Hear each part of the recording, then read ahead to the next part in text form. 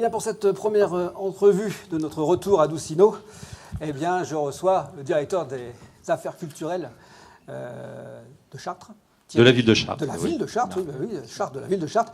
Thierry Plantegenet, que nous sommes très heureux d'accueillir à nouveau, parce que je t'avais déjà eu le plaisir de t'interviewer.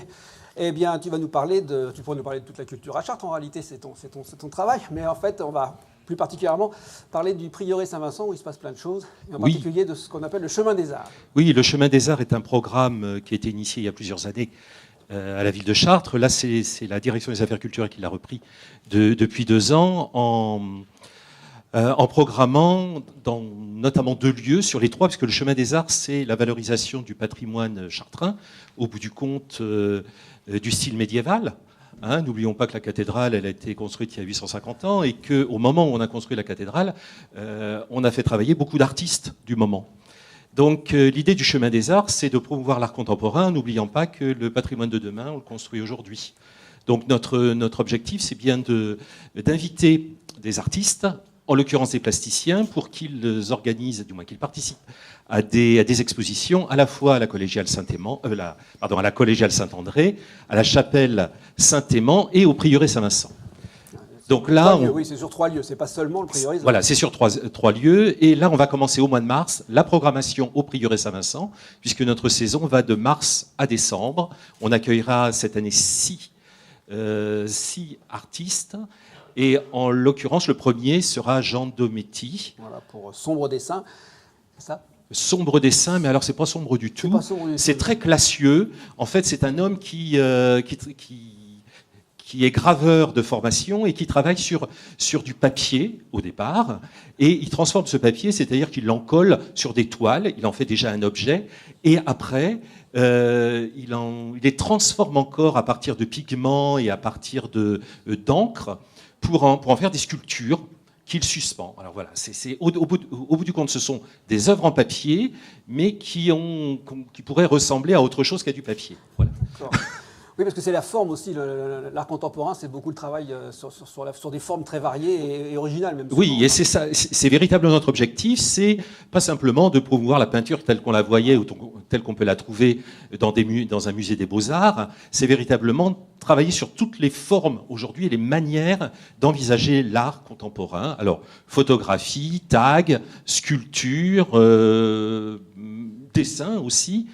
Voilà, ça nous emmène en fait dans toutes ces aventures et je pense qu'on accueille en plus des gens qui sont assez fantasques, assez déjantés. Et je crois que on a à peu près maintenant au prieuré Saint-Vincent plus de 10 000 visiteurs par an et c'est ce qu'ils aiment. Ils aiment être surpris et ils attendent une nouvelle exposition. Oui, parce qu'il faut dire que c'est pas ennuyeux et puis qu'on n'est pas perdu même si on ne connaît rien, on y va et on a au contraire des surprises. On a même quelqu'un qui nous accueille, qui nous explique très bien en plus. Oui.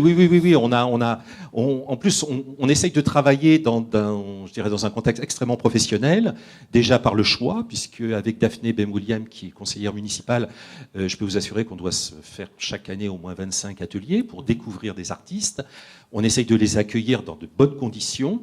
Et puis, on a un médiateur qui est là, qui accueille le public, qui accueille les scolaires aussi pour les initier à l'art contemporain. Oui, parce que l'art contemporain, ça pourrait faire peur et c'est une grave erreur. Non. Alors, il peut y avoir du conceptuel, mais on essaye de s'éloigner du conceptuel en faisant des choses. Il y a 2 ans, on a accueilli une femme qui brodait des parapluies, Nicole Gaulier. Alors, je pense que tout le monde peut être concerné par la broderie. Oui, et par la pluie. Donc, qu'est-ce qu'il y a après Alors après, j'ai mon petit papier, ça va jusqu'à novembre, mais on va s'arrêter à juin déjà. Alors après Jean Dometti, on va accueillir Thierry Barré, qui a une exposition absolument étonnante qui s'appelle Barré, c'est barré. C'est le nom de l'exposition et je peux vous assurer que c'est barré. C'est barré dans le sens où Thierry Barré a travaillé sur un concept qui est le concept des poissons-poulets. C'est-à-dire que s'il part des origines en fait il essaye de synthétiser en fait l'origine de la vie.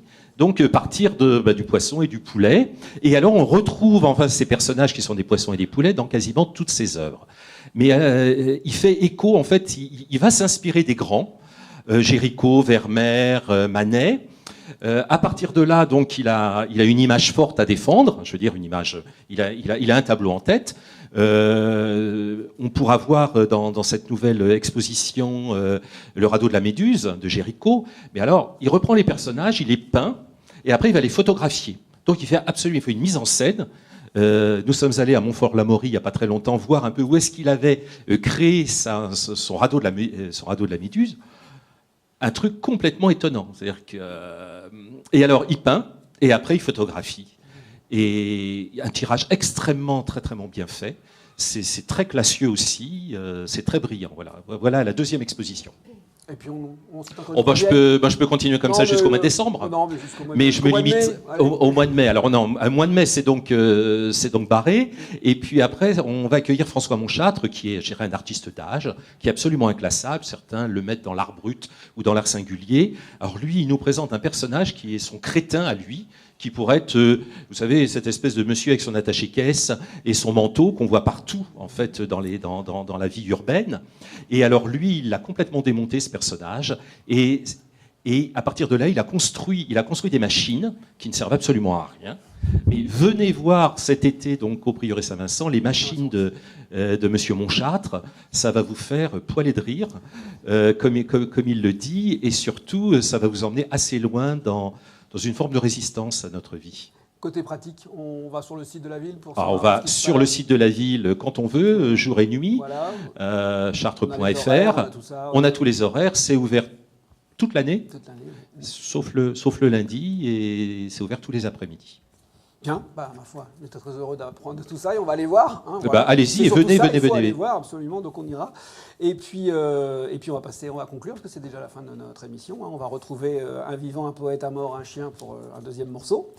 Et puis on se retrouve, nous, le mois prochain, puisqu'on aura le numéro d'avril qui va suivre. Et puis il y aura des nouveautés encore. Encore une fois, on fait appel à tous ceux qui nous font des courts-métrages et qui peuvent nous les envoyer, puisqu'on a maintenant notre rubrique Côté court qui ne demande qu'à être alimentée. Voilà. Eh bien, à la prochaine fois. Et on retrouve donc un vivant, un poète, un mort, un chien.